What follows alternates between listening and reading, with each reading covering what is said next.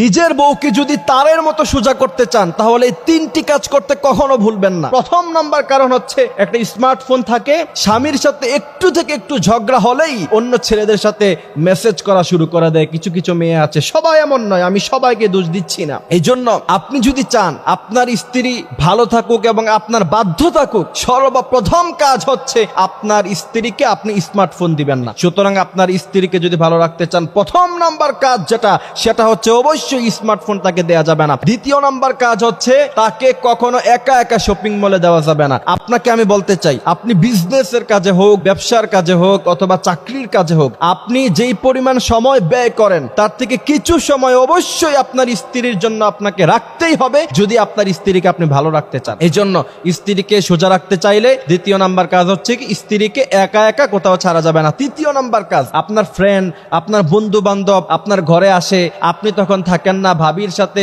কি মধুময় আলাপ করে, এই সিচুয়েশন কখনো আপনি করতে দিবেন না। একবার, দুইবার, তিনবার, তৃতীয়বার এটা নর্মালাইজেশন হয়ে যায়, তখন দেখা যায় আপনারই বন্ধুর সাথে আপনার স্ত্রী পরকীয়া করতেছে, আপনি নিজেও জানেন না।